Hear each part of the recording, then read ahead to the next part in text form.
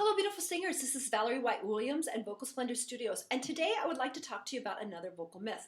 This is a myth that is like some of the others where it's somewhat true, but not always true. And let me explain. That vocal myth is, do singers need to rest their speaking voice on the day of a performance or an important rehearsal?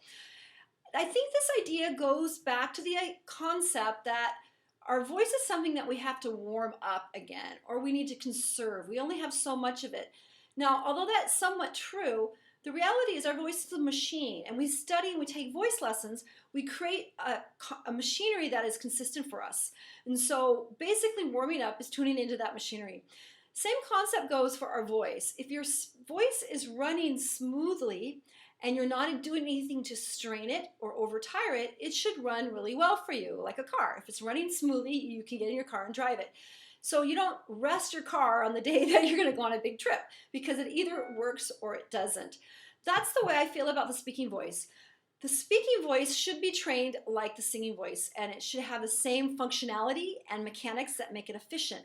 So when singers feel like they need to rest their voice before they sing, it's usually because they use their speaking voice a lot and they're not using it as efficiently as their singing voice. And I have seen many wonderful singers train their voice to be fairly efficient, opera singers, yet they sabotage it with their speaking habits. And then they have a day job, which requires them to speak all day. Now, if you're not using your speaking voice efficiently, just like the singing voice, that voice is going to fatigue.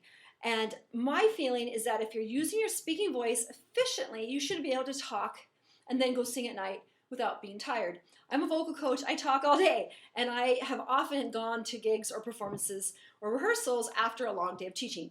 So it's really a matter of learning how to speak efficiently, which I will do another video on, than resting your voice, because you have to sing. Like, you only have so much voice to save.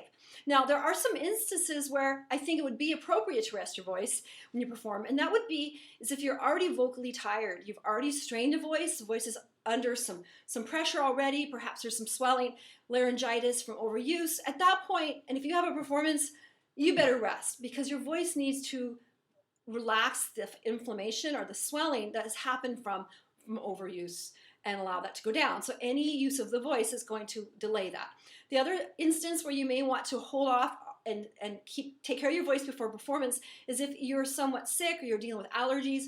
Again, the cords are swollen a bit and they're just not up to as much as they normally would. So it is an individual choice to rest the voice on the day of a performance. But if that's your standard operation procedure and you're having difficulty making your day through your speaking voice demands, I would suggest that would be another instance to take a look at getting some instruction on how to work on your voice and make it more efficient for you, because they are two sides of the coin and we don't want to sabotage our speaking voice for our singing voice and vice versa. We need to learn how to use both. All right, that's it. Valerie White Williams, and I'll talk to you next time. Bye.